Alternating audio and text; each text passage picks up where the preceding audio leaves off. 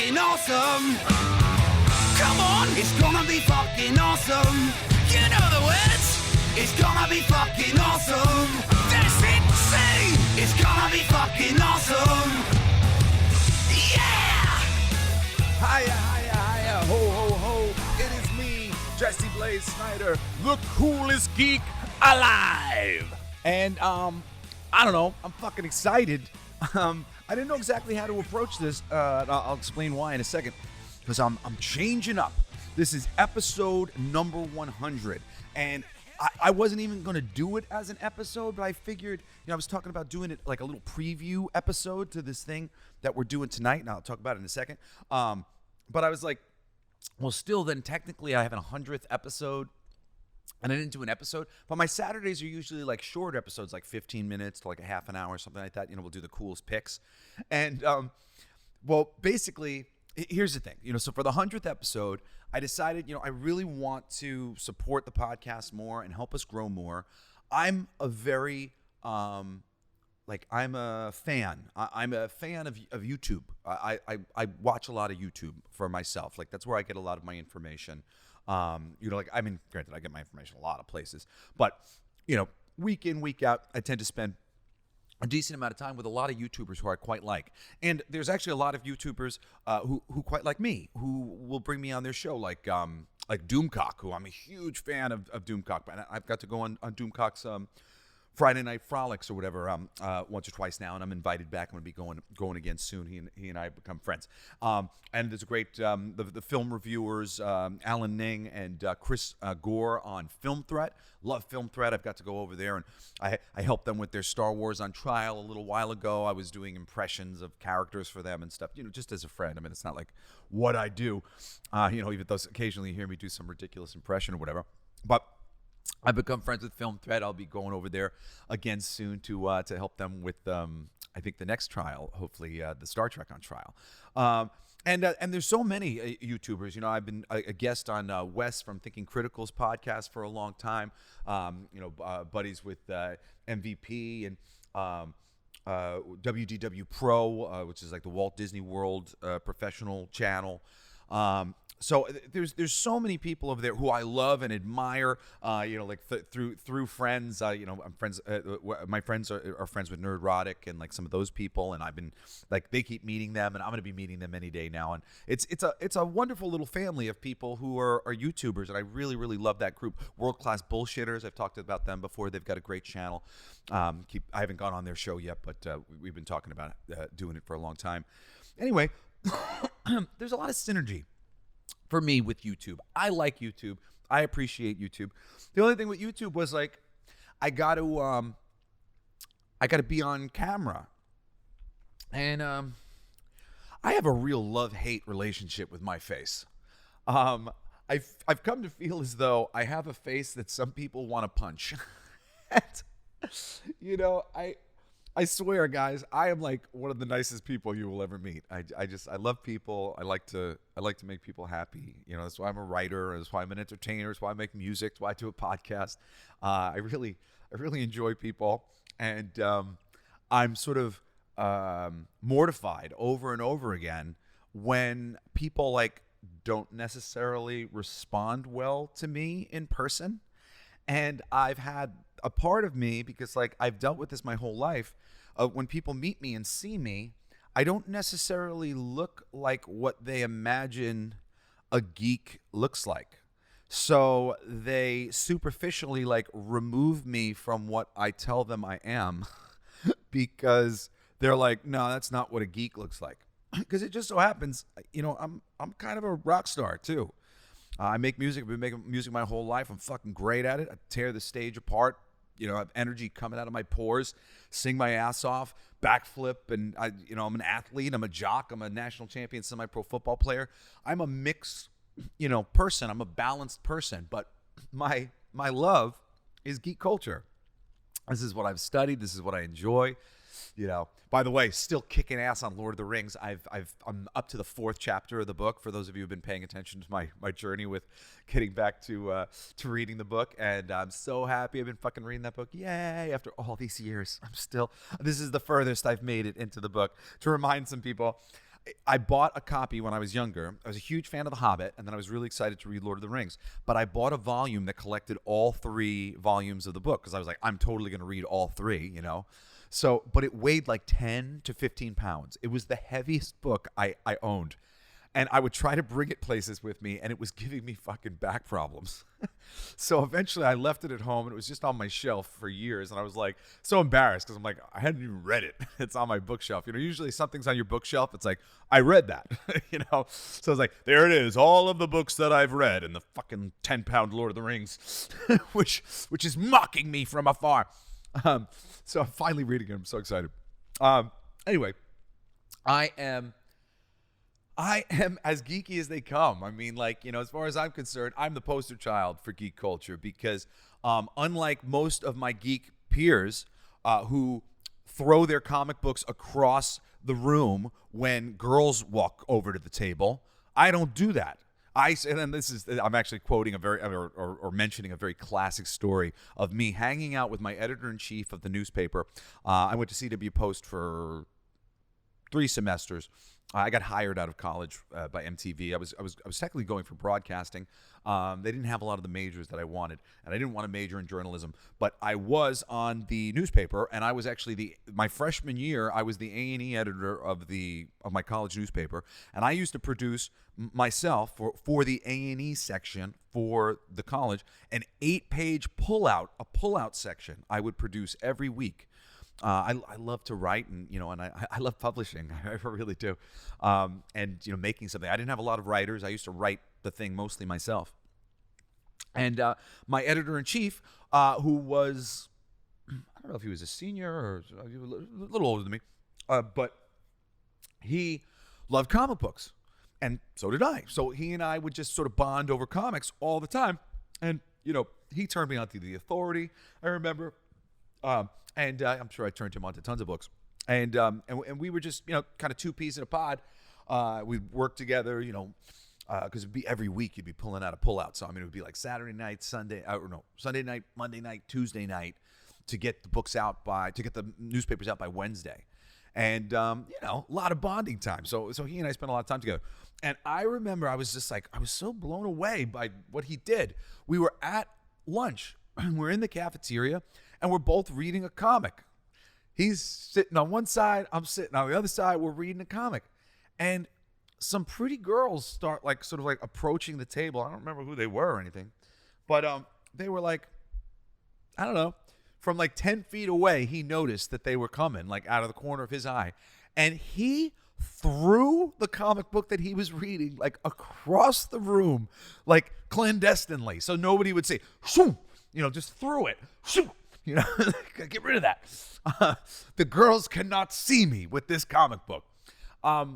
Suffice to say, I did not do that, and I was still reading the comic book and finishing the comic book as these girls came over.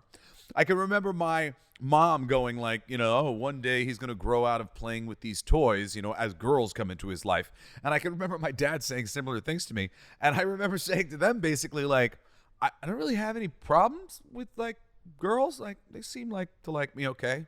I like comic books. I'm not gonna stop doing the things I like because a girl doesn't like it. And, if she doesn't like it, well, fuck her. And I don't want to deal with her because this is what I like and this is who I am. And my brother Shane, very sweetly, I one of the greatest compliments I've ever gotten. On his wedding day, he gave all the groomsmen these letters. And I don't know, I was expecting some sort of Hallmark thing or whatever. You're my brother and I love you. And actually, what my brother Shane did was he gave me credit for all the things he loves. He gave me credit for turning him on to puppetry through the Muppets and my love of the Muppets. He gave me credit for turning him on to role-playing games, which me and my best friend, we brought in my brothers Cody and Shane, and we used to play Riffs with them. Riffs was our favorite game. If you've never played the role-playing game Riffs, I highly recommend it. Super, super, super fun. So much to do in that game. Post-apocalyptic future of Earth where there's just anything is possible in that game. I love that game. And I turned them onto it. I turned him into comics. He said, you have literally put into my hand directly all of my favorite books. Every book that I would say is my favorite thing I've ever read you put it in my hand. And I did. I literally went through my collection and I pulled out everything that I thought was really, truly exceptional. And I basically gave Shane the good parts version of my comics experience.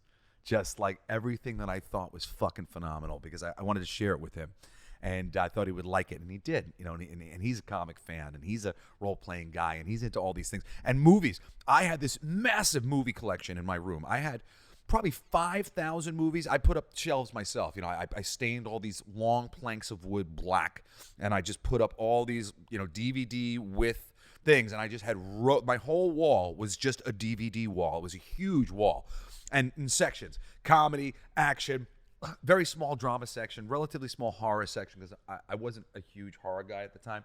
I wouldn't say I'm a huge horror guy now, but I have people who I love who are huge horror guys. My girl Julie, she loves horror, so I love to watch horror with her. My son Cassidy, he loves horror, so I love to watch horror with him. And there are other friends of mine who love that stuff too. And as I've said, you know, on the show many times before, I like to enjoy things with the people I love, you know? And that's like half the reason why I love geek culture, because and why I'm here doing a podcast and I'm talking to you, because to me that's the most fun thing. It's like, oh my God, did you read that? It's so fucking great. Yes, oh cool. So the bigger thing that Shane gave me credit for was that the way I presented being a geek to him was that there was nothing fucking wrong with it. Was that the geeks were right. The mainstream assholes were fucking assholes who were looking down their nose at the greatest literature that was being fucking produced so that they could go read some boring shit that looked closer to the lives they were living, the boring lives they were living. Fuck normalcy. Fuck normal lives. Like, I need to see some stakes that are so fucking high and see some things that I've never seen before and experience emotions and thoughts that I've never had before. That's what I want. That's why I love geek culture. You know, and making it fucking cool, like that's my goal, and on that level, I'm going on to YouTube to try to make this cool, you know. And I mean, it is cool, you know what I'm saying. And I'm not trying to say that I'm so big, but I'm trying to remember what my brother said, and forget for a second that some people who think I'm maybe a little too cool, you know, kind of want to punch me in the face because, like, they think like I'm like against them or some shit. You know, look, I'm an overachiever. I want to be He-Man. I want to be Superman. I want to be fucking a good version of Lex Luthor, or Mr. Terrific would be more like it for me. You know, or Batman. You know, I want to be as smart as I can fucking be. I want to be as powerful as I can be, because that's what I think my children deserve, and that's what I think my spouse deserves, and that's what I think my family deserves, and that's what I think the world deserves. And honestly, I think that if everybody fucking got up every day like that and went, you know what, the world deserves for me to be fucking awesome today, and the more awesome I could be, the more awesome the world can be. If we all got up together tomorrow and decided to be awesome, the world would be fucking awesome. You know, imagine that. Imagine if you know, things changed tomorrow, we were just like, you know what? I'm going to stop persecuting my fellow man. I'm going to stop passive aggressively trying to convince everybody on the internet what I'm having a fight with my mom or my boyfriend about right now. You know, people posting something online and you feel like they're like directing that at you. They're not. They're directing it at their cousin who they just had a freaking fight with at the barbecue this weekend. They're directing it at their boyfriend who they just had an argument with or a disagreement with last week. They are passive aggressively using people on the internet to basically make themselves feel better about the arguments and contention that they're experiencing in their life. It's fucking lame. But we could be awesome. It could be great. And I hope that you guys who have been listening to me but haven't seen me before, I hope you guys don't want to punch my face.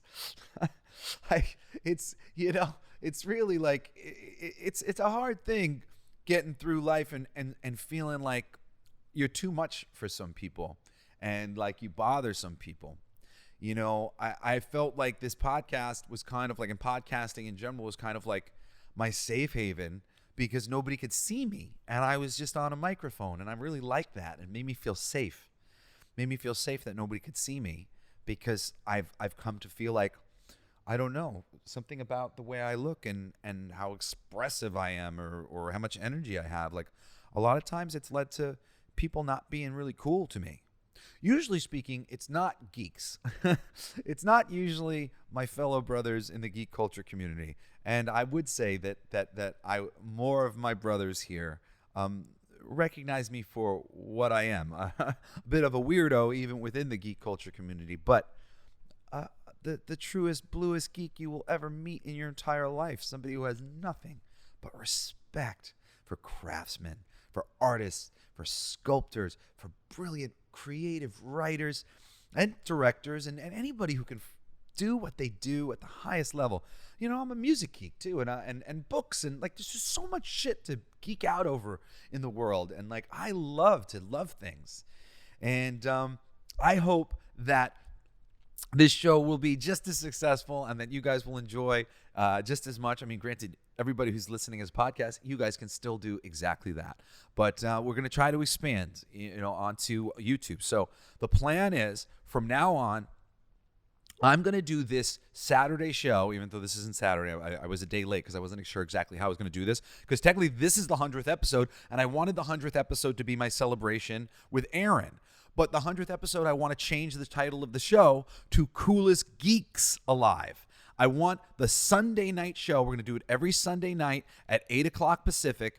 The Sunday night show is the Coolest Geeks Alive with me and Aaron Sparrow. And we're going to bring on guests and stuff. Like Joe Kelly is one of the first people I want to bring on, who is really responsible for why Deadpool is so great. I haven't reached out to Joe yet, but I know he'll be happy to come on the show. He's a good friend of mine. We've been friends for a long time.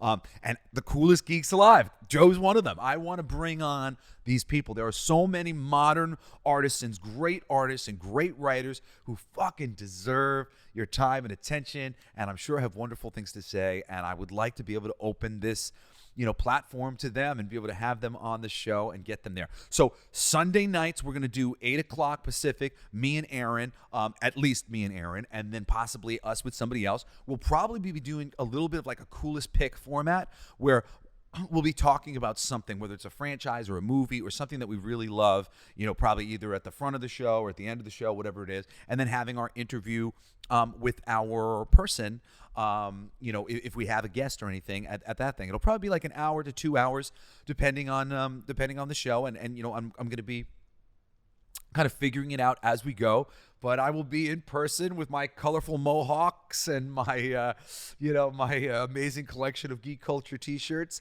and with Aaron Sparrow, my hetero life mate, my best friend.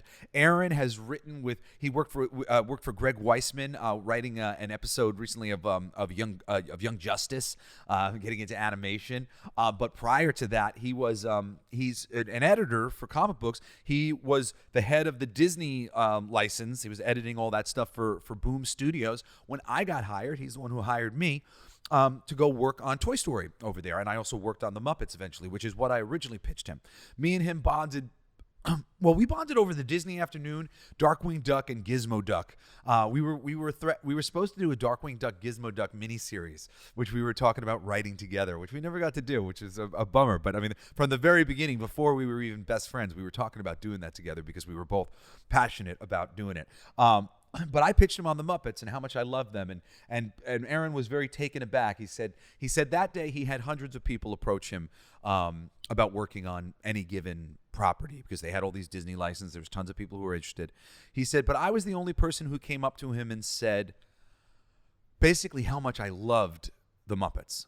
I went up to him. I remember I said something to the effect of I said, hey, listen, I love the Muppets. I am such a fan and disciple of Jim Henson. I really just believe in him and the way he thought and the way he approached things. And I love what he created with the Muppets. And I really believe that I understand it in a way that most people don't.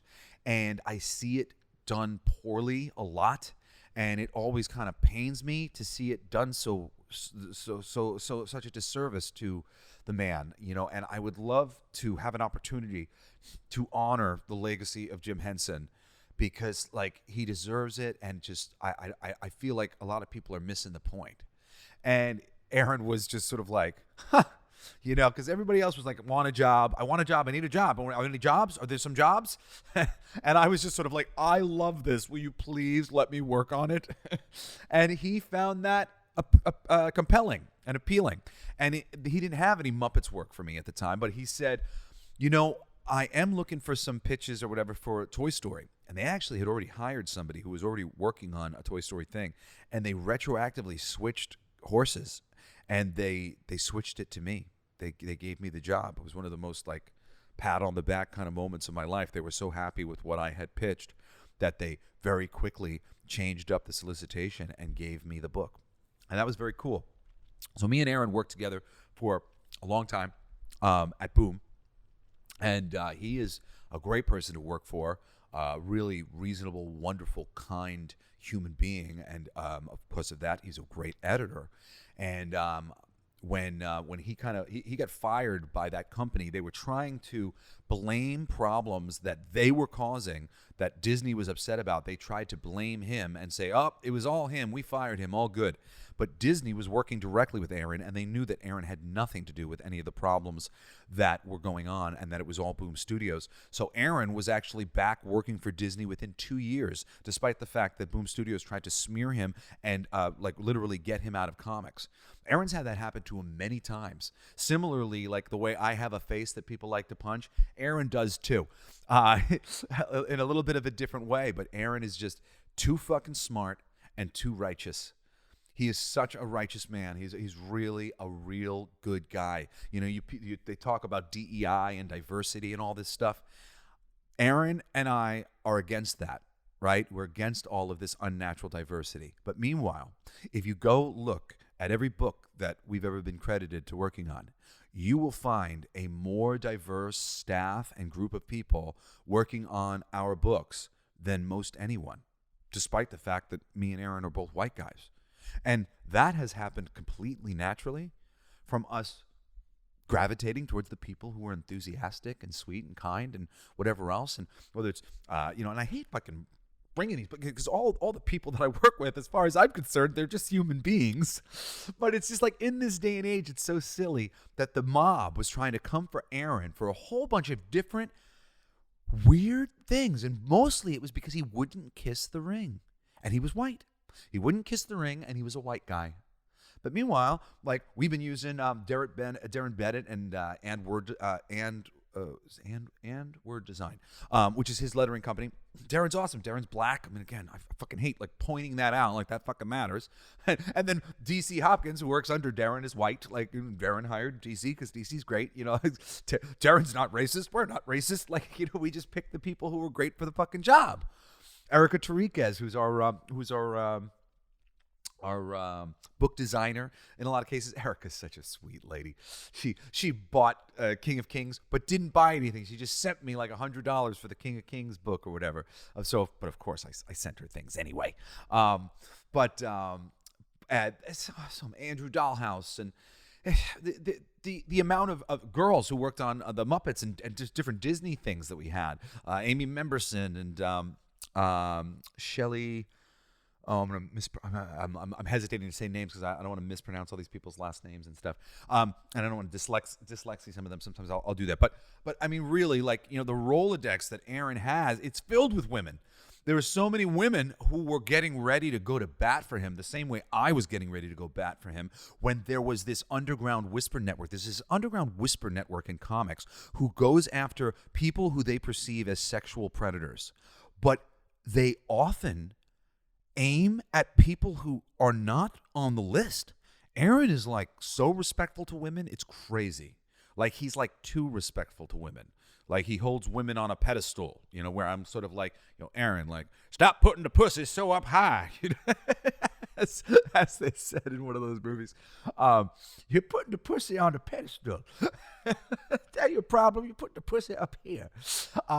But like Aaron's like, I mean, really, it was the most insane thing to hear that they were trying to get him. And you want to know why they were trying to get him? There used to be a Twitter account on Twitter called Bizarro Stan Lee. And Bizarro Stan Lee was a leak account. Like it would leak information from the comic book industry.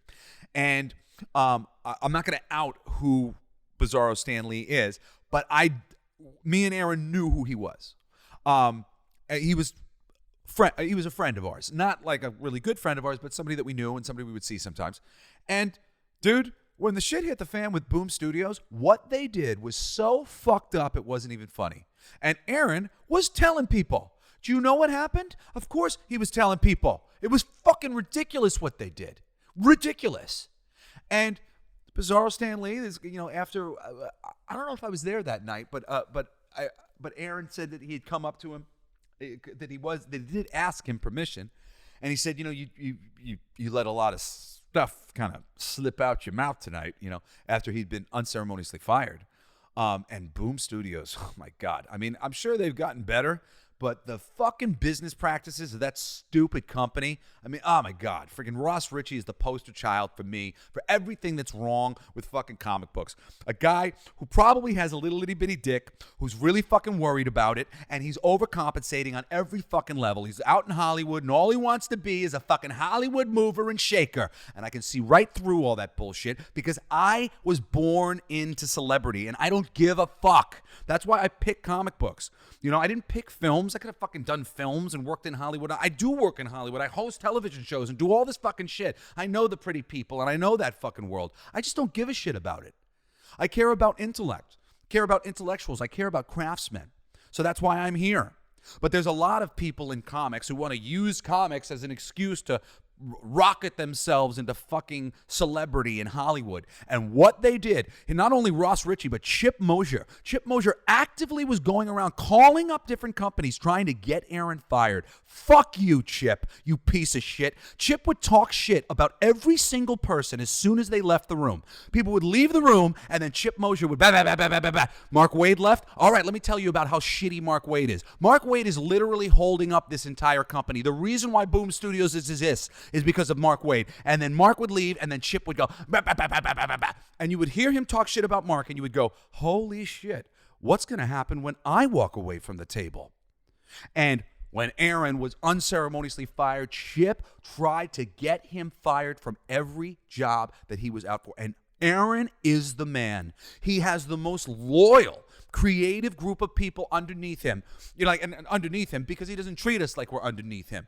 We will follow him to the ends of the earth. We will work with him anywhere. There are blacks, there are whites, there are Hispanics, there are all fucking denominations, girls and boys alike. We love Aaron Sparrow. He's a fucking talent and a half as a writer. He's an incredible editor, great at working with people, empathetic and cool, and loves what we love.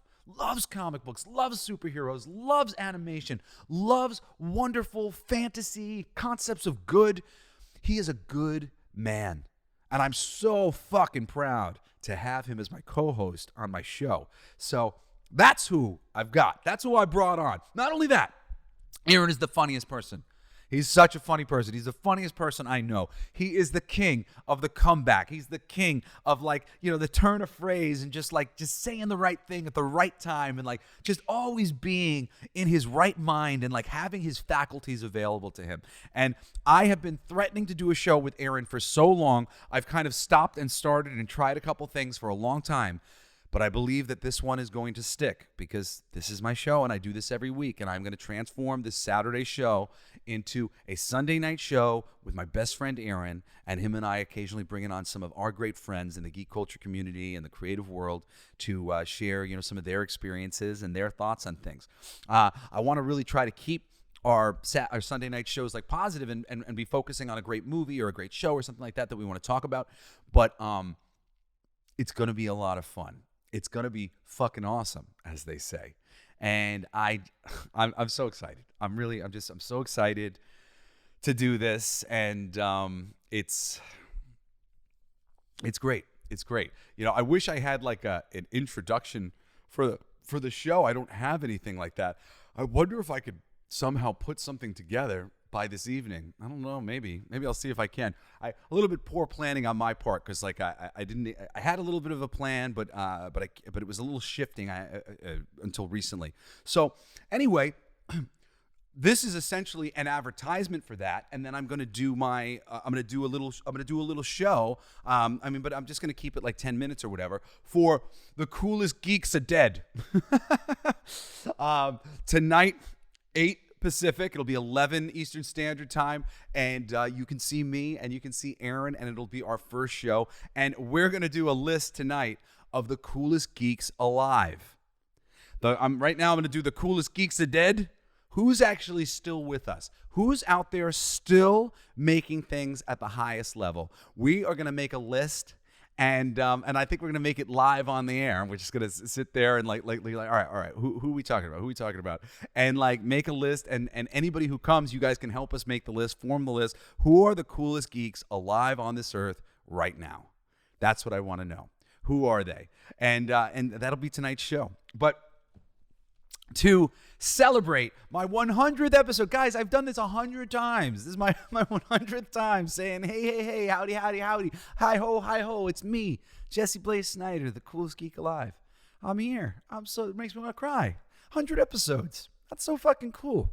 You know, I did 201 episodes of Food Paradise as the narrator, and it really meant a lot to me.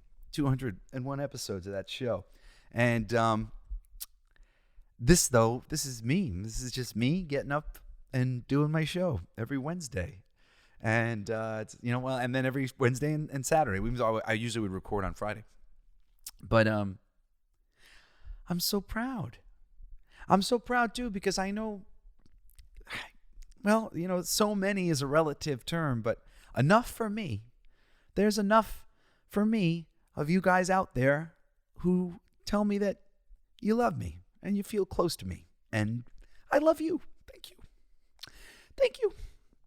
Thanks for listening. Thanks for writing to me. It's really cool.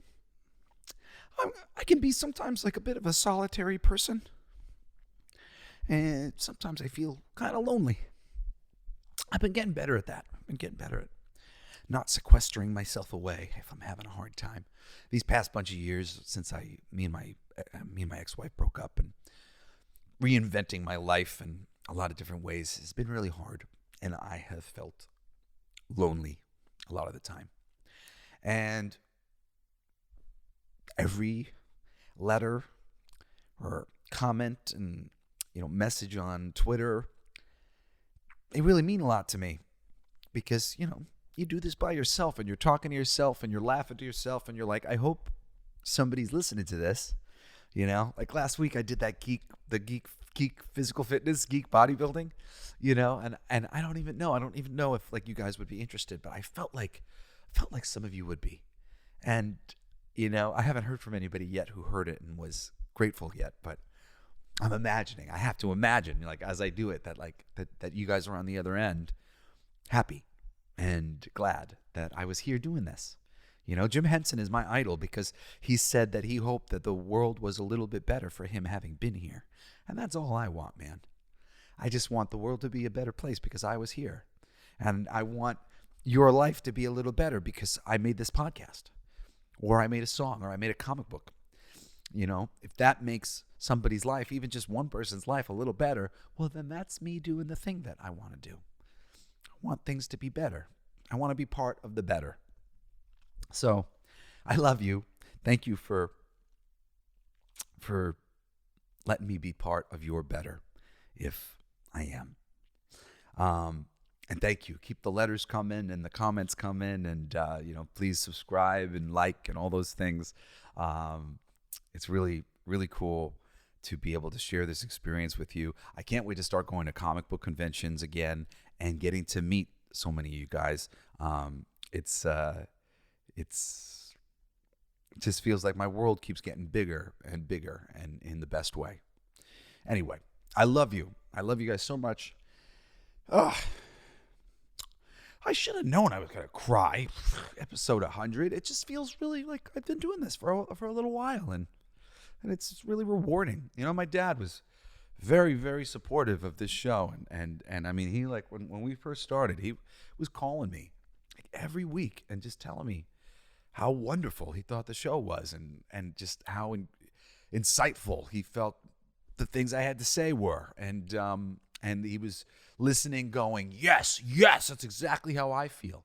And I've gotten a lot of messages like that on Twitter of like my anger is your anger and my tears are your tears. And I love that. It makes me want to cry. So sweet, so wonderful. Thank you, and please, if you do have anything to say to me, because I love it. So, my email is jesseblaze@jessesnider.com. I do amazing when with praise. when I get support and encouragement, I can run faster and jump higher and do more things. When people are being mean to me, it usually has a tendency to make me want to shrink and be small and stuff. Hopefully not like that anymore, though. I've been working on changing that, and fuck everybody who doesn't like me. I'm a good guy. I like them even if they don't like me, and I want the world to be a better place, even if you'd prefer I wasn't in it. Tough. I'm here. And I'm the fucking coolest geek alive, so kiss my ass. Get the fuck out of here. And for those of you who don't remember, the Coolest Geek Alive, that whole thing, it's a pledge that I make to myself. It's not me thinking that I'm the coolest geek alive. It's me hoping to be. It's me going, well, if I say that, well, then I got to live up to it every day. And to me, being cool is like holding doors open for people, picking up the books that fell on the floor, and handing them to the person, saying please and thank you, being grateful. Looking people in the eye, listening to them, asking questions, being a good member of the human race. That's Coolest Geek Alive. And for me, the people that I respect and love the most are the geeks. And if I'm going to be real, and the people that I'm coolest to, ultimately, the people that I love the most and praise the most are the geeks. So, that's just me trying to keep myself being as awesome and genuine every day as I possibly can be, because that's my intention, to be great.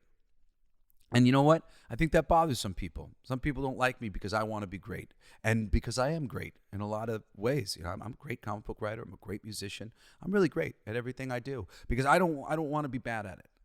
I really want to be good. And if I think for a second that I'm not so good, I will practice, and I will study, and I will do more things. And I've been humbled in my life many times. I've been humbled in music. I remember a time where I went and I saw some of the greatest musicians I'd ever seen play in Nashville. It was a collection of them. They were all different, and they had all different talents in different ways. And each one of them had a certain something about them that was better than me, like head and shoulders clearly better than me. This guy was writing stories in his songs, and the storytelling that was at play was amazing. And I realized I'm a comic book writer, and I don't really approach my songs the same way I approach storytelling. But I could. I could think of them as one thing instead of thinking of them as two separate things. And I do now. And I'm a much better writer because I let that man humble me. I felt so fucking humbled. I almost quit because of how humbled I was. There was a girl there, this skinny little white girl, and she was doing all of these runs we're just doing random sort of things with her voice. Generally speaking, I hate that. When I go to plays, like Broadway shows, it'll be plays that I like where there's music I really like, and the Broadway singers will usually destroy these songs by doing things like that. Not this girl. She made me like runs. She could do all these things with her voice. I couldn't do any of these things with my voice. I never even tried. I didn't like those things. Generally speaking, whenever I heard anybody do it, I thought it sucked. I thought it wasn't good. But what she was doing was really good. It was really impressive. And I was again, oh, I should quit. Look at this. Oh my God. She blows me away. I mean, not only that, she had incredible voice, credible range. And then on top of it, she was just using it in all these interesting ways. And it was appealing.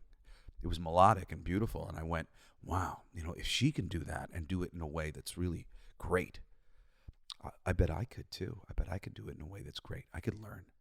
And I have learned. And I'm not her. She's a next level. I have been able to get up to the writing, bar that was set by that dude. I'm not sure if I'll ever be able to get up to the bar that was set by that lady singing. But I got up to my version of that bar. And maybe I'll probably keep getting better on that, because it really does just more and more practice and more fucking around, playing around with it. You have more fun playing with the runs. But man, that girl, she blew me away. And then there was a dude named Sinister. He came out with Cowboy Troy, the rapping cowboy, and they did a medley of I think they played Very Superstitious, the beat, very superstitious, riding on the wall. And they started with that.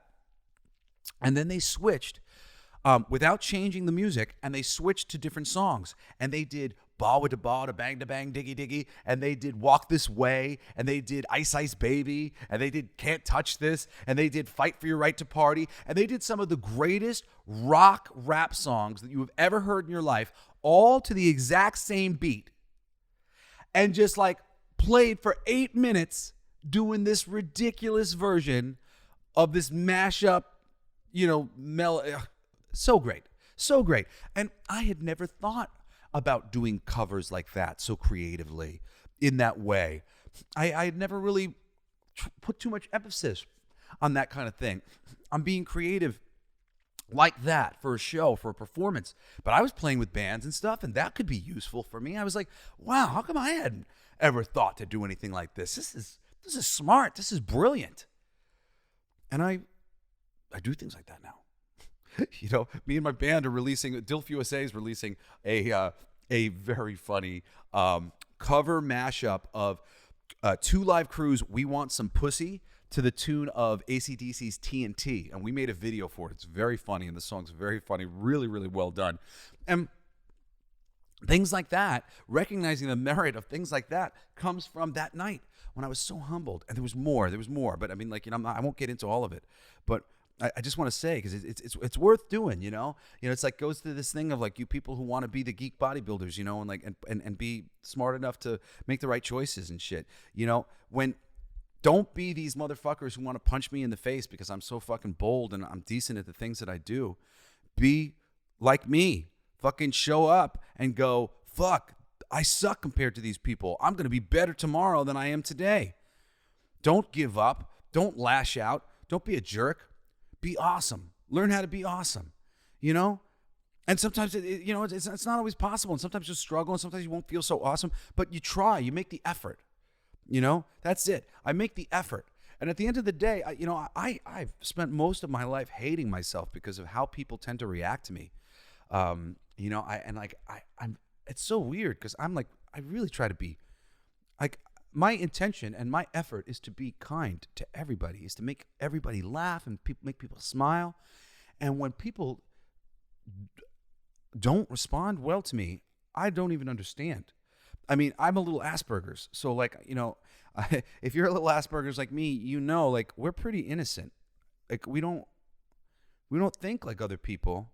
Like we kind of like accept like, yeah, I'm a person and you're a person, and like, like that's equal, and like we kind of just want to play with the other people, but like we don't exactly know how to approach the other people all the time, and then sometimes the other people will react weird to us, and then we feel like insecure. Not to say that we're perfect and like we're not capable of getting fucking crazy and having people make us crazy and getting sucked into arguments, and like, I'm not perfect. I'm not perfect.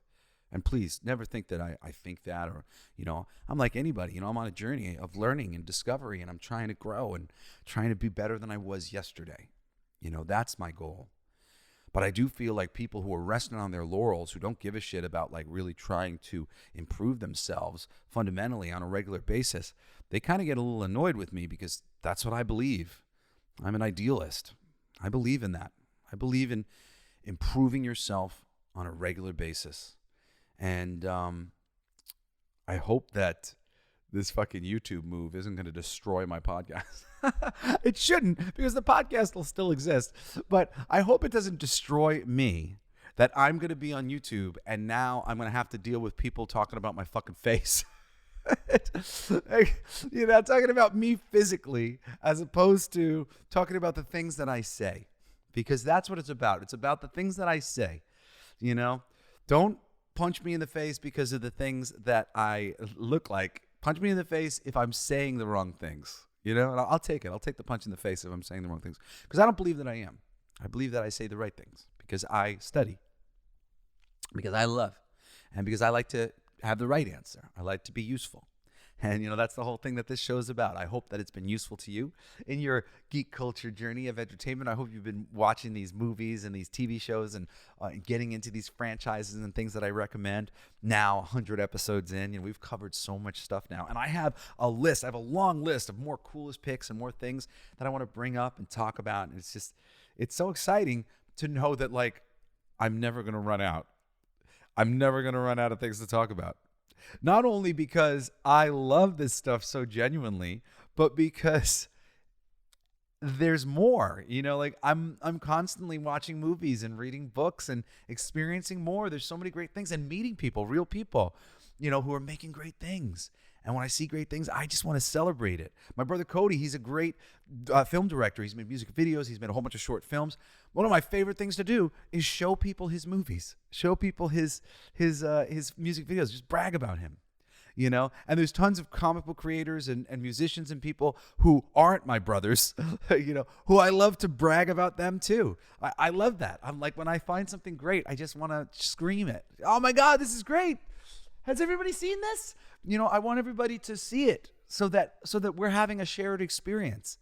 I don't like to eat by myself. I don't like to get a coffee by myself or smoke weed by myself, or like, I love to smoke weed with a group of people, pass around the pipe.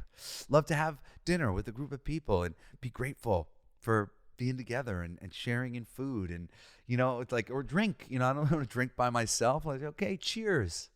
That's it, man. Cheers. I don't like to see a movie by myself. I want to see a movie with an audience. Isn't it so great when you see a movie opening night, sold out show, and it's like a comedy, and like people are laughing and they're making you laugh because they're laughing, and you're appreciating other people appreciating different things about the movie that you didn't appreciate, but they appreciated it. Isn't that great? It's like my fucking favorite thing. My favorite thing. The shared experience. It's all a shared experience, or at least it can be. And it's so much more wonderful when it is. Yeah. This is amazing. This is an amazing 100th episode. I hope some of you guys can get to listen to it before tonight's show, and that you get in. I should have got this in yesterday, but I was traveling yesterday.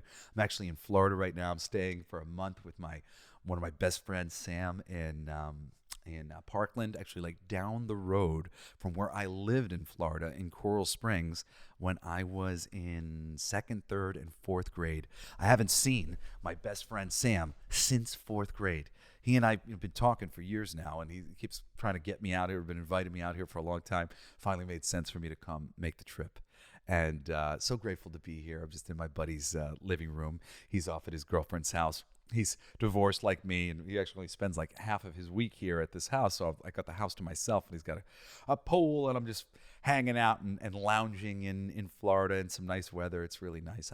I needed a vacation, so really happy to be here and happy to be at this house. Shout out to Sam. I'll shout him out tonight too. Anyway, I'm so glad I did this episode. I didn't really know what I was going to talk about. I thought I was going to do it like short. Now I'm like 47 minutes into it, but I'm glad you guys are going to find it, because this is an advertisement for all time for us being on YouTube. And, this is the beginning, my 100th episode, the last one of just a podcast, just my voice. And it isn't a full episode, 100th episode. And I haven't even gotten to my subject yet. I'm fucking 47 minutes in. And you're here listening still, because if you weren't, you wouldn't hear me say that. But I think everybody's listening still. All right, so let's do this, right? I made a list because tonight's show is the Coolest Geeks Alive. And I told you, I call you guys, hey, my coolest geeks, again, it's not me. We're all the coolest geeks. Coolest geeks just mean you're nice. You're cool.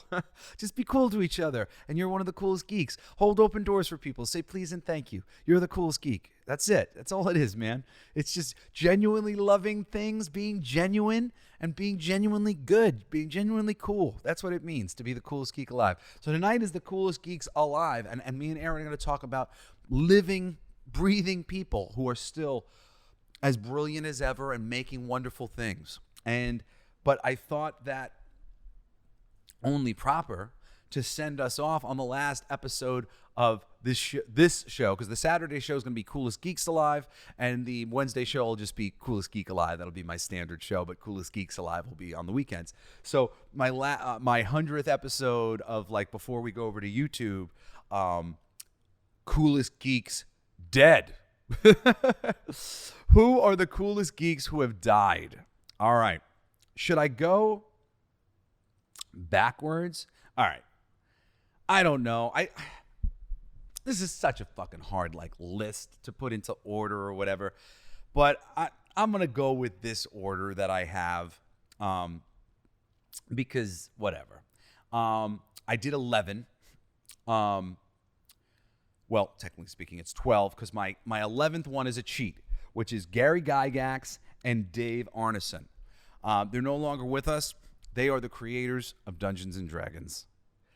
These guys came up with a system of play. And I know when you say that, it takes on another word. How do you play? But no, man. They're playing. They figured out an organized way for people to play, for older kids, for older people to play and imagine beyond just, hey, I'm the cop, you're the robber. Well, what if we wrote it down? And what if we used some dice to change up variabilities? And we could have a larger group, and we could be more than just a cop and a robber, and you could be a dragon, and I could be a wizard. And like, dude, what? It's amazing. There's a whole industry now, a role-playing game industry. And games like I played D&D, but I didn't play D&D as much as I played Rifts. Loved Rifts. I played a ton of different games. I played a Star Trek game that me and my buddies made up, which was kind of based on Dungeons and Dragons, Rifts. And then there's a ton of different games that are produced under the Palladium Books, which is the people who put out Rifts. And there's so many other ones that I've read or at least played a game of, like Vampire the Masquerade, and I'm trying to think some of these other ones that I keep wanting to say GURPS. I know I played that system with my friends one time, but I don't remember what game it was or whatever. But role playings, man, fuck, dude. Thank you, Gary Gygax. Thank you, Dave Arneson. You guys rule. Without you, no RPGs? Fuck yeah. Okay. At number 10, William Goldman. William Goldman is the champion of the proper novel-to-film adaptation. Stephen King brought him in multiple times to lovingly adapt his novels into screenplays because it was clear that William Goldman was capable of that. He was capable of loving the writer, the original writer, enough to not throw away all their good ideas. And he would do incredible adaptations. He won 2 Oscars, one for Best Adapted Screenplay, which was based on a novel, For All the President's Men, and he adapted it to the movie, and the movie's incredible. Robert Redford, Dustin Hoffman, awesome movie. And then for Butch Cassidy and the Sundance Kid, he won Best Original Screenplay. But Best Original Screenplay is a variation of adaptation as well, because Butch Cassidy and the Sundance Kid were real people. He adapted their life. He read the stories of who they were, and he wrote a movie about these guys based on his readings of them. That's another bit of adaptation. Additionally, he adapted his own novel, which is the single greatest novel ever written. One of my biggest episodes, most downloaded episodes ever of this show was my episode on The Princess Bride, the book, and how the book is so much better than the movie and that you got to check out the book. I was so happy because it was just inspiration. I was talking to somebody at a bar one night, and they were telling me the types of books that they like, Harry Potter and some different things, whatever. And I went, have you ever read The Princess Bride? And she said, no, that's a book. I love that movie. And I said, dude, it's the best book. You got to read it. And they were like so excited that I told them about it because they didn't even know. And I was like, man, I bet you're not the only one who doesn't know. I'm like, I got to go do my show on that. And the next day I did my show on Princess Bride, and we had crazy downloads. I think I had 70,000 downloads just on that one episode in the 1 month. And it had come out later in the month. It was like later in the month, and in like 2 weeks or whatever, it had gotten 70,000 downloads, which is really crazy. You know, I mean, like I'll get like 500,000 downloads all told a month. So 70, you know, based on 1, 2, 3, 4, 5, 6, like at least, what is it, at least like 8 shows or 9 shows that I'll do, or yeah, something like that, like per month, and 70 in 2 weeks, like that was pretty crazy.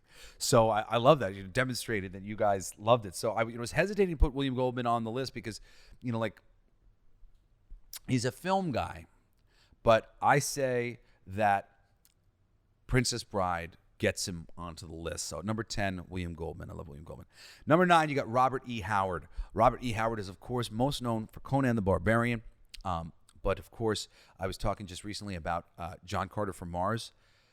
Robert E. Howard is a journeyman comic book creator. He has inspired just so many people, not just on the level of his art and how pretty his art is and that we've come to appreciate his style, but the stories that he told and the characters that he created and the scenarios that he concocted. And just, there are so many things to love about the work of Robert E. Howard. And I mean, for me, I spent a lot less time reading his books, even though, because he was a little old school. Like when I came into the things, I'm like a 40-year-old dude.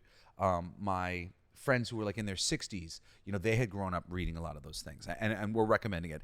And for me, it was just a little overwhelming because there's a lot of his work to read, and it's on my list. I'm going to read more. I have read some of his stuff, but I plan to read a lot more of the great works of Robert E. Howard. And I mean, really, just like the amount of people who I am influenced by, who point to him as such a major influence, is just uncountable. And similarly, at number 8 on my list, you got Will Eisner. Again, somebody whose work I'm less familiar with than some of the people that like I gush about, but I'm familiar enough with his work.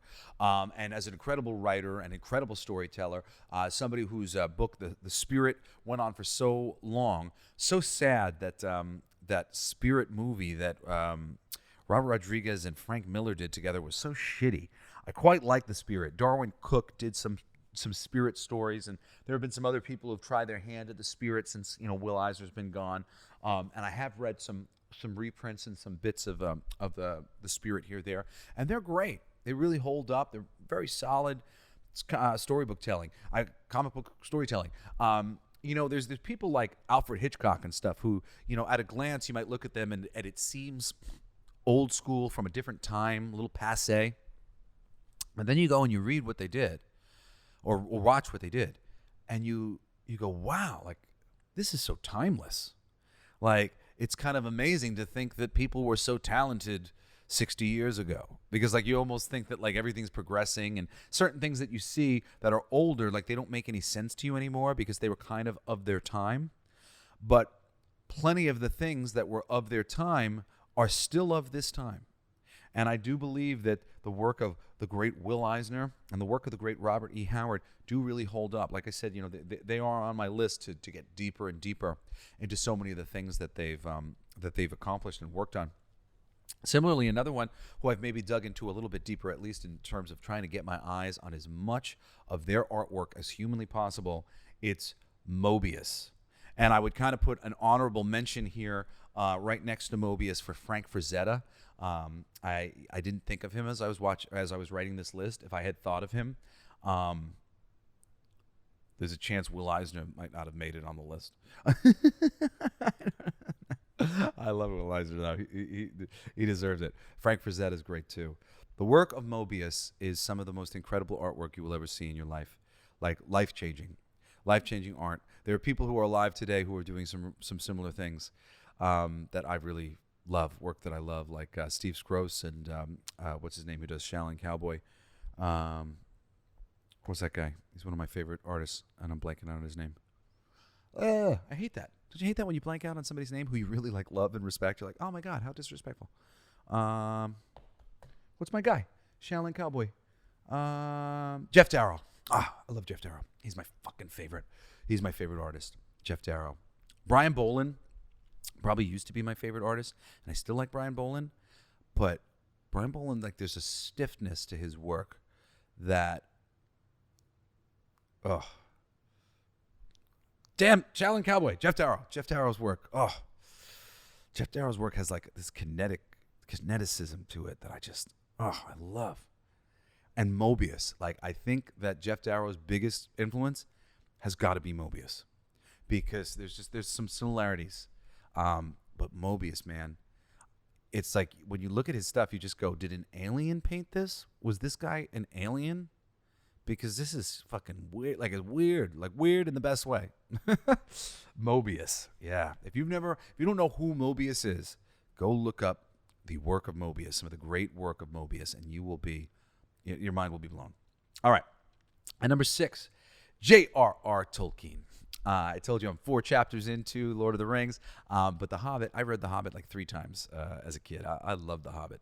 I really enjoyed that book. It was one of the first books that I read that I was like, because I would read books and I found a lot of prose writers to be really up their ass and like using big words when a smaller word would do, just for the sake of using big words. And like, I fucking hate academia, and I hate a lot of the mentality that a lot of these writers have. They think that they're smarter than you. It's why I like comic book writers so much better, because most comic book writers, I think, are more humble. We don't think we're smarter than you. Because if we did, we wouldn't think we were better than Batman. We wouldn't think we were better than the Ninja Turtles. We're slumming it. We're willing to write all of these silly, kiddie concepts because we see merit in them. We see drama that can be milked from all these great scenarios. And we don't take the superficial aspects that other mainstream people do and go, oh, that's infantile and childish, which I think a lot of prose writers do. I think a lot of prose writers have an attitude about like the geek culture world that it's childish. But J.R.R. Tolkien took all of those things that usually show up in these childish sort of books or whatever, or children's books, and he legitimized them. He demonstrated that they could be treated with reverence and respect, and that there was an audience for other worlds, for cohesive worlds that you could go to, fantasy worlds and whatnot. And man, I mean, for that alone, just for the Lord of the Rings and the Hobbit, and there's so many more that people would point to who are big Tolkien fans. And my fandom for Tolkien really stands for just with those, the Hobbit and the Lord of the Rings. But those 2 things alone are, I mean, it's much more than just it's not a little thing that he created there, and he made much more. And I'm having such a great time reading Lord of the Rings. I was always interested in reading more of his work, but Lord of the Rings was the next one, and I never got through it. So like the Silmarillion and some of these other books, like I think I'm probably going to end up reading them. Because I really like his work. It's just, he doesn't speak down to people. He does have a tendency to tell you about lots of information that you probably don't need, but it does enrich the experience. So I'm not complaining. All right, at number 5. Oh, actually, that's really funny too, because I talked about William Goldman and how he kind of he does this thing. He claims that he didn't write The Princess Bride, that he just abridged it, and he cut out all the boring parts, all the parts that were about the world and like all the history of the world and shit that you didn't need to know to enjoy the story, and he cut out all those parts. And reading Lord of the Rings, all I keep thinking is William Goldman was directly making fun of J.R.R. Tolkien for all of this extraneous information that was included in the Lord of the Rings. I don't mind the extra information, and it really does build the world in a real way. But if you're really looking at it from an editing standpoint that I tend to look at, of like less is more and what is necessary to tell the story, oh boy, he could cut that book down significantly. And the story, you could abridge the Lord of the Rings and like still get the whole fucking Lord of the Rings story and get that same experience, and just be missing a whole bunch of useless pieces of information about fucking hobbits and the shit that they like to eat and drink and smoke, and the way their hobbit holes, the various configurations of their hobbit holes. I mean, like, just describe Bilbo's home. That's fine. So that was pretty funny. As I'm reading Lord of the Rings, I'm going, man, I think William Goldman is busting his balls. This is so funny. All right. At number 5, or actually, you know what? I'm going to go at number 3, 4, and 5. We've got 3, Steve Ditko, 4, Stan Lee, 5, Jack Kirby. All right. Now, Stan's in the middle of that because he was the writer ultimately. But I think Steve Ditko was actually an even smarter and kind of better writer on a lot of levels. So the ideas underneath a lot of what he did. I mean, just look at the Spider-Man costume. Look at how intricate a design that is. That's the mind of Steve Ditko. He's really capable of very complex thinking, very complex design work, and the type of stories and things that he would build. And I haven't even been able to dive into like all of the works of Steve, but I've read enough from him and enough interviews and things with Steve. Boy, do I respect the fuck out of him. And he's responsible for creating more characters than just that. He went over to DC eventually. He's, kind of famously created Blue Beetle over there for them, the Ted Kord version of the Blue Beetle, and which is a cool costume design too. And there's a number of characters over the years that he has designed that are phenomenal. But conceptually, as a superhero kind of guy working in, this masked man world. He had a character named Mr. A, and basically, Mr. A was like it was just all about sort of morality and certain like moral absolutism and like all this sort of weird philosophy shit that honestly you got to kind of go listen to him talk about it. But listening to him talk about his view of comics and superheroes and art and the way art is conveying life and through images showing happy, sad, hot, cold, and being used to demonstrate extreme polarities. It's brilliant. It will enrich your mind. Steve Ditko is capable of enriching your mind with his mind. His mind is brilliant, and you really want to get your hands on it. Of course, very famously worked on so many Nick Fury and the Howling Commandos books. My dad was a big fan of those things, big fan of Steve Ditko. So many people are. And then, there's Stan Lee, who was the guy who was writing all these things. Granted, Stan screwed a lot of these artists. I know people love to talk about Stan and all these glowing terms because he invented this and he invented this and he invented this. Well, the visuals were invented by the artist, and then he went in and would revamp so many of the stories and so many of the things. A lot of the stories that Steve Ditko would come up would get changed by Stan. I don't know if it was always for the better because Steve's a pretty interesting and smart guy, and I like the stories that he writes, which is why I put him ahead of Stan. But Stan is really good. He's basically just a great salesman and packager for compelling narratives. And he, knowing what is compelling, knowing what people would care about, having taste in artists and taste in stories and taste in what might be interesting to people, might be compelling to people. That's really the great strength that he had. To know that something like the Fantastic Four would be interesting to people, just a group, a family, regular people. What if it was more like the real world? What if they lived in New York? What if all these superheroes lived in New York? What if they shared New York and they were, crossing over and living in the same city, stepping on each other's toes? So many of these concepts of this, shared universe like this come from Marvel and Stan Lee. Granted, there were crossovers and stuff going on at DC Comics, but it was the Flash of two worlds. They're racing down the thing to save that one kid who has the girder about to fall on his head. And these are two alternate dimension Flashes who are meeting now together in the world. Not Spider-Man and the Fantastic Four are in the same city, and when Fantastic Four need an extra member, Spider-Man puts a bag on his head and goes on auditions.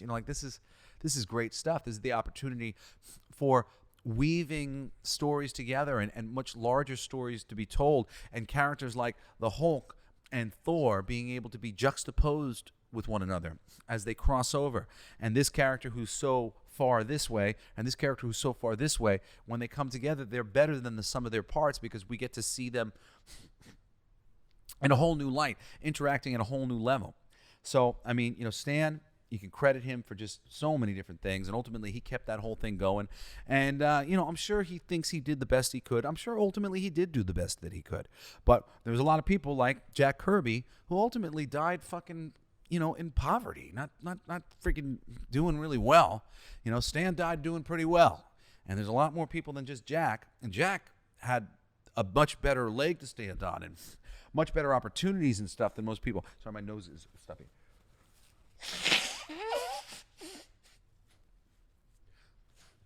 Sorry about that. It just was affecting my ability to breathe and speak. All right. So we're getting to the end. Oh, no, I didn't get to talk about Jack Kirby. Jack Kirby is fucking incredible. He inspired so many different artists. One of my favorites is Eric Larson. Eric Larson was so a Jack Kirby disciple. Not even though that his work necessarily looks like Jack Kirby's in a lot of ways or whatever, but that was the person that Eric grew up watching and studying, and he used to gush about Jack Kirby in his letters section all the time. And most artists grew up studying the work of Jack Kirby, whose work is like otherworldly. It really is its own thing. I mean, when you look at it next to so many of the artists of the day, there's Jack Kirby, and then there's these other people. And Jack Kirby just had a certain something about him. It was very special. He brought a kinetic energy to the page in the way that he would do, the Kirby crackle, the Kirby dots. I like to play Marvel Snap with my kids. And, my kids ostensibly know who Jack Kirby is because they use Kirby dots, the Kirby crackles, on the back of the special cards. When you get the special card, you unlock like versions of these cards, and one of the best, highest honors that you can get is have these Kirby crackles going on in your backgrounds of your cards. How cool is that? There's certain looks and shading and vibes that he invented that other artists ape. They mimic it to this day because of what they learned from watching the great Jack Kirby. And that is something, that is really says something.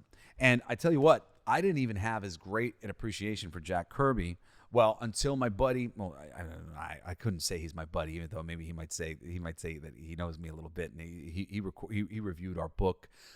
Great guy, Uncle Jerk. He's on YouTube, and he does deep dives into various comic book subject matter, history of different things. And he did a great thing on Jack Kirby and this movie that he was working on that never came to fruition, but it was a whole thing on his career. And that would really help me appreciate Jack Kirby. So if you ever, it's hours long, but if you're interested in Jack Kirby, go watch it. Go find Uncle Jerk's channel on YouTube. He did a great job. And then there's also a tour, a touring art exhibit of Jack Kirby's work that was going around. I don't know if it still is, but it was going around for a while, touring around, showing off Jack Kirby's work and selling prints and stuff. And oh my God, the work of Jack Kirby, the splash pages and the things that were going on there, that dude was so clearly into esoteric knowledge and conspiracy theories and ancient aliens and so many things. And it's all in his work. And I love that stuff. I'm so into that stuff. So looking at all of his stuff, it just made me appreciate who he was as a person and what he was attempting to do. And it made me even see how all of those things were seeping into Marvel and seeping into DC through things that he created that come from a real basis in esoteric reality of the world being quite more interesting and maybe dimensional, including dimensions that we can't see or perceive, than we tend to think. So that's awesome. All right. At number 2 on my list, Gene Roddenberry. The one, the only, Gene Roddenberry. Gene is, he was a TV writer. I think he was a police officer when he was younger. There was that was the journey for a lot of writers out in Hollywood. They'd be police officers. They'd learn the world. They'd really they'd learn dialogue and what people were like and all this shit. And then they would become writers, having lived enough to tell stories. I tell you what, that's a great system. Live enough, and then go tell stories from a place of actually knowing what people are like. I've always just been a sponge, and I absorb other people's work, and I people will think that I'm not paying attention sometimes, and I can tell you everything. I can tell you everything you said and everything that's going on in the room. I can tell you what time it is, how many cracks there are in the tile on the floor. I absorb too much information. So it wasn't necessarily something that I had to get all this experience before I started writing, because I would always just kind of write what I knew, what I felt like I could write. But to go off and do something like be a police officer and interact with all walks of life in all different situations, violent situations, really pressing, I wish I had that experience. That would be amazing. That would be so useful to me. So, if you're out there and you're doing something like that and you've always wanted to write, recognize that you are on a path of learning that it is very valuable for a writer, and even more valuable to the audience who might read your stuff. So that's where Gene came from. And Gene created Star Trek. And Star Trek is one of the few positive visions of the future that I'm aware of. Actually, it's really the only positive vision of the future that I'm aware of. If you have another one that is a positive vision of Earth's future, share it with me. Write to me at jesseblaze@jessesnider.com. I say this all the time. I think I used to have another example, and I don't remember anymore what it was. But Star Trek's the one that matters. Star Trek is the one that has formed the fandom. Granted, that fandom has blown to the wind because the people who loved Star Trek, we loved it on an intellectual level, and we do not love this new Star Trek. This new Star Trek is not intellectual. It's not the same thing. They're trying to make it like Star Wars and flashy and superficial, and that's not Star Trek. And it's funny because lots of people like to argue on the internet about how like Star Trek was always woke. Nah, Star Trek was always diverse and open-minded and empathetic and fucking forward-thinking. Woke is a religious ideology that says you're going to hell on earth if you don't believe and think all the same things I think. That's woke. It's just like the religious right who told people like me that I was going to hell when I was in high school because I hadn't been saved by Jesus, and I was an atheist at the time. Now I'm not an atheist, and I would say that I don't believe that I was going to hell if I'm not saved by Jesus. I don't believe that people are going to hell if they're not saved by Jesus in particular. I believe that if you humble yourself to reality, if you humble yourself to the world around you and can, live empathetically and do unto others as you would have them do unto you, that you're fine. Nobody's going to punish you, but I humble myself to everything, and Jesus included. But I humble myself to the bugs and the molecules of all the rocks and stuff, but that's what I believe. I believe it's not just humble yourself to Jesus. It's humble yourself overall. Overall, you have to humble yourself. And some people might bring Jesus to you, and I say, I'm humble to that.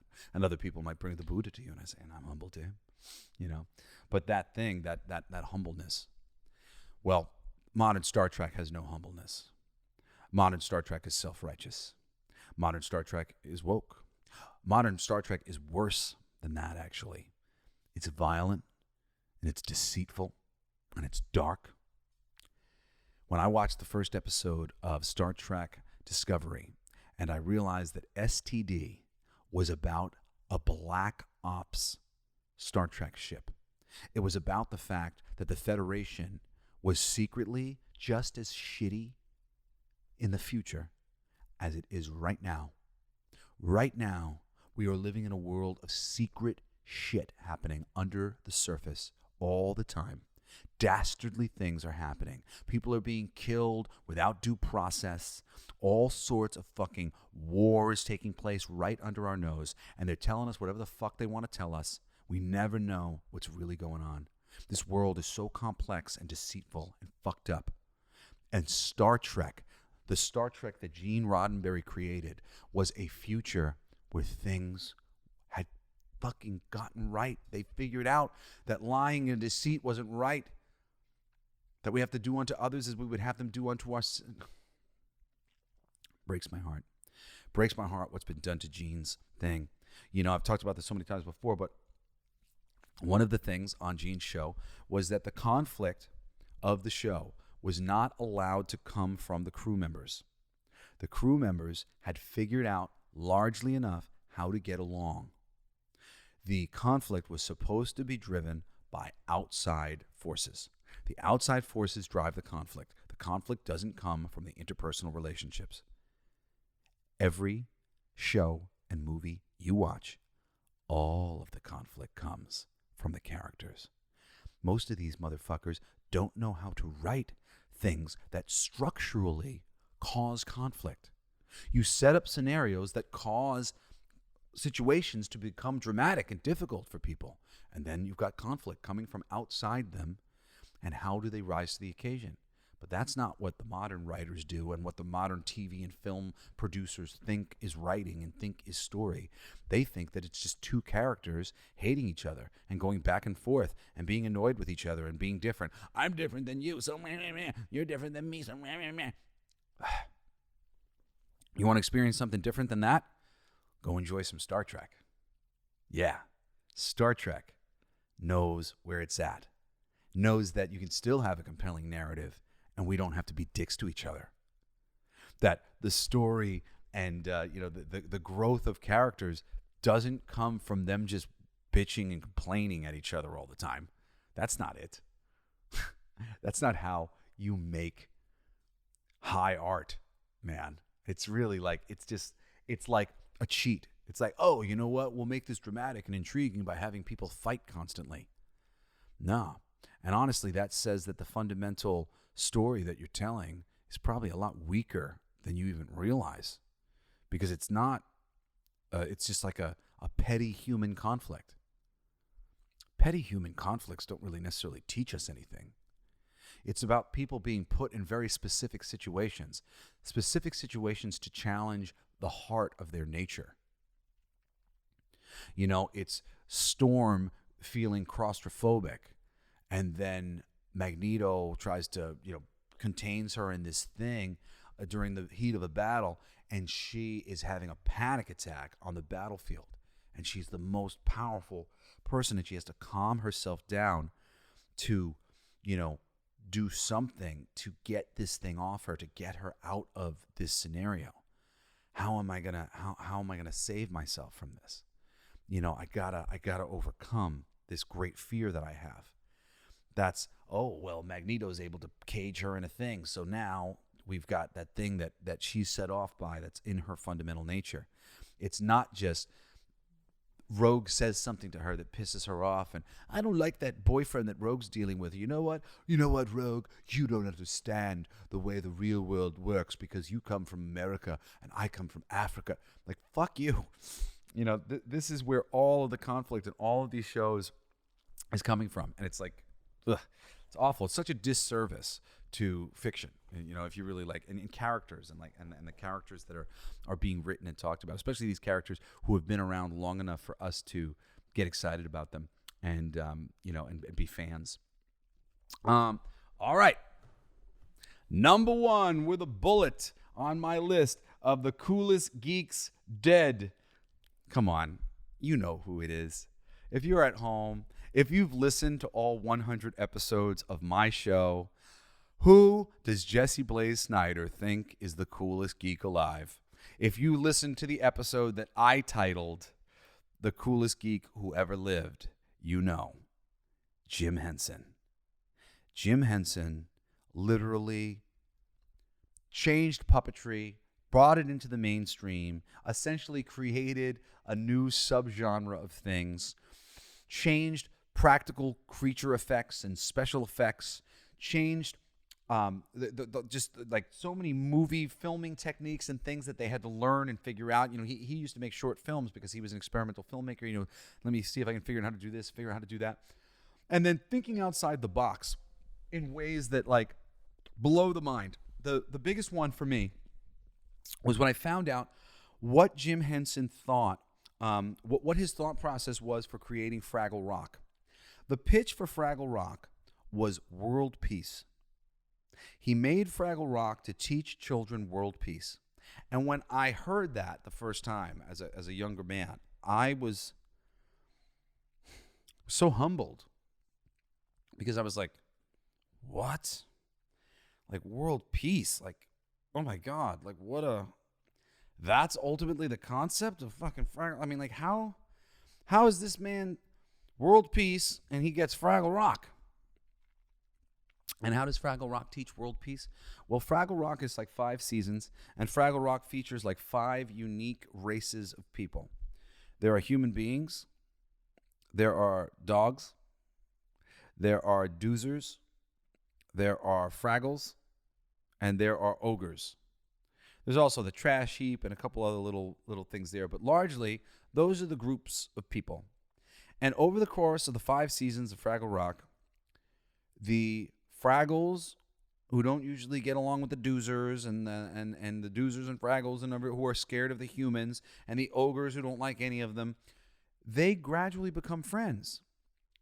They learn to understand each other, and by the end of Fraggle Rock, there's world peace. All these different groups of people have figured out how to get along.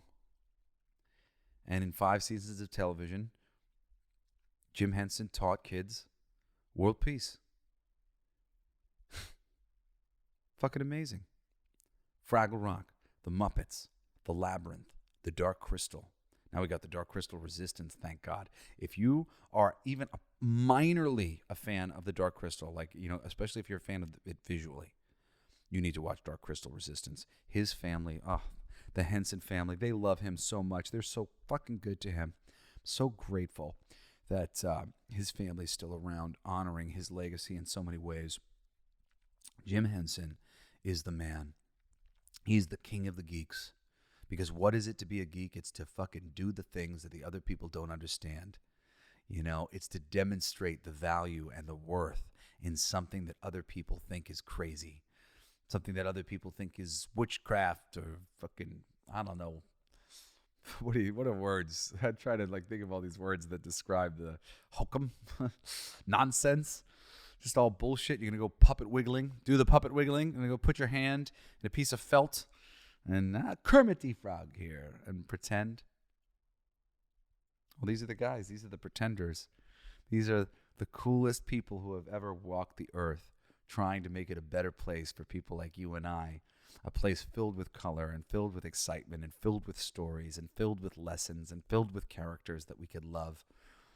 And man, I'm so grateful to these people, these coolest geeks dead. My life is so much better for them having lived. And tonight, I am looking forward to getting on to YouTube with Aaron Sparrow for the first time, for the first episode of Coolest Geeks Alive, which will really be episode 101 of the Coolest Geek Alive. Episode 101 of the Coolest Geek Alive will be the Coolest Geeks Alive. And one of my shows every week will be the Coolest Geeks Alive. And one of my shows every week will be Coolest Geek Alive.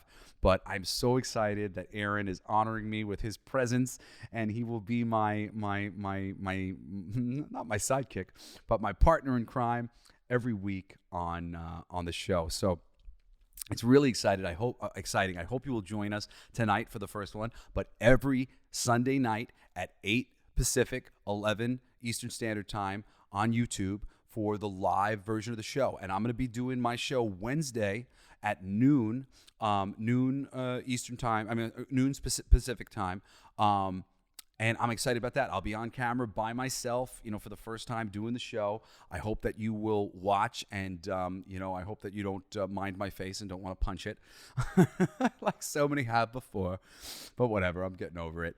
I'm really excited to be interacting with people more regularly through the comments on YouTube, and to be able to bring on some of my YouTuber friends onto our Coolest Geeks Alive show on the weekend and just do this show maybe the way that it's been meant to be done, for years. This whole year since I've been doing the show, every time people hear that I do the show, they go, "Oh, cool. Do you do it on YouTube too?" And I go, "No." And then I explain to them the thing about how I think people want to punch me in the face. And I'm like, I kind of really like being on the microphone and people can't see me. And that makes me, makes me more comfortable. But they go, "Oh man, I feel like you should really bring it to YouTube," because everybody goes like, "You're so animated," and if you saw me here at home, you can hear it in what I'm saying, that I'm moving around and I'm being a crazy person. Yeah, it's true. So for those of you who want to see my energy on display, well, come join me Wednesday. Blacklight District Studios is my YouTube channel where we will be airing Coolest Geek Alive every Wednesday, noon Pacific time, and then every Sunday night it'll be me and Aaron for Coolest Geeks Alive, for an hour or two at 8 Pacific time. So, yeah. Well, that's it, Coolest Geeks. I'm your passionate geek culture commentator, Jesse Blaze Snider. You can write to me at jesseblaze@jessesnider.com. You can follow me on the Twitter, Coolest Geek Alive JBS. I love you all so much. I really do look forward to hearing from you and hopefully seeing you over on YouTube. Anyway, thank you so much for listening to my show, and I hope you will join me again next, what will be Sunday night, and this Sunday night at 8, and this coming Wednesday at noon on YouTube, or you can check it out later in the day on Wednesday, or later in the day or the next day on Monday for the Sunday shows. The podcast will be Monday morning now, and Wednesday afternoon. Okay, so please come join us for another fucking awesome episode of the future of the coolest geek alive. Love you guys. See you tonight.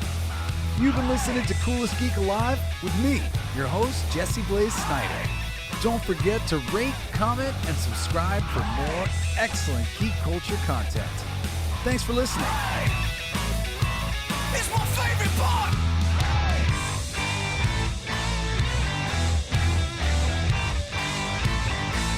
Isn't that heavy?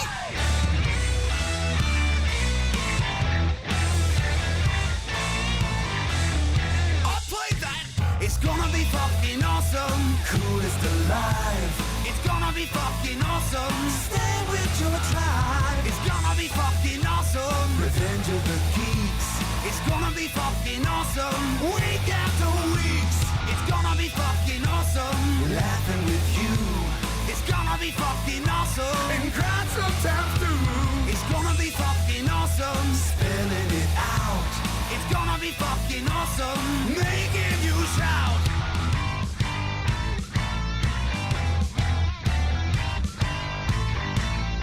I'm a genius!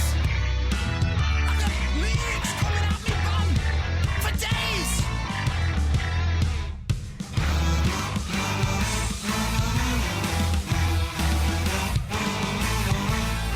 You like that? It's a kazoo solo!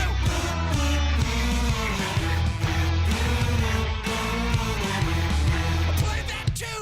It's gonna be fucking awesome! Talking some shit! It's gonna be fucking awesome! Living your shit! My voice is fucking awesome! Food in our mouth! It's gonna be fucking awesome! Get in the mouth! It's gonna be fucking awesome! Tell all your friends! It's gonna be fucking awesome! Call right or text! It's gonna be fucking awesome! Raising the bar! It's gonna be fucking awesome! Straight to the stars! It's gonna be fucking awesome! It's starting soon! Straight to the top of the awesome! Passing the moon! It's gonna be fucking awesome! On with the show! It's gonna be fucking awesome! Ready, set, go! It's going to be fucking awesome! Fucking awesome! It's gonna be fucking awesome! Just wait! You'll see! You'll all see! The podcast playground.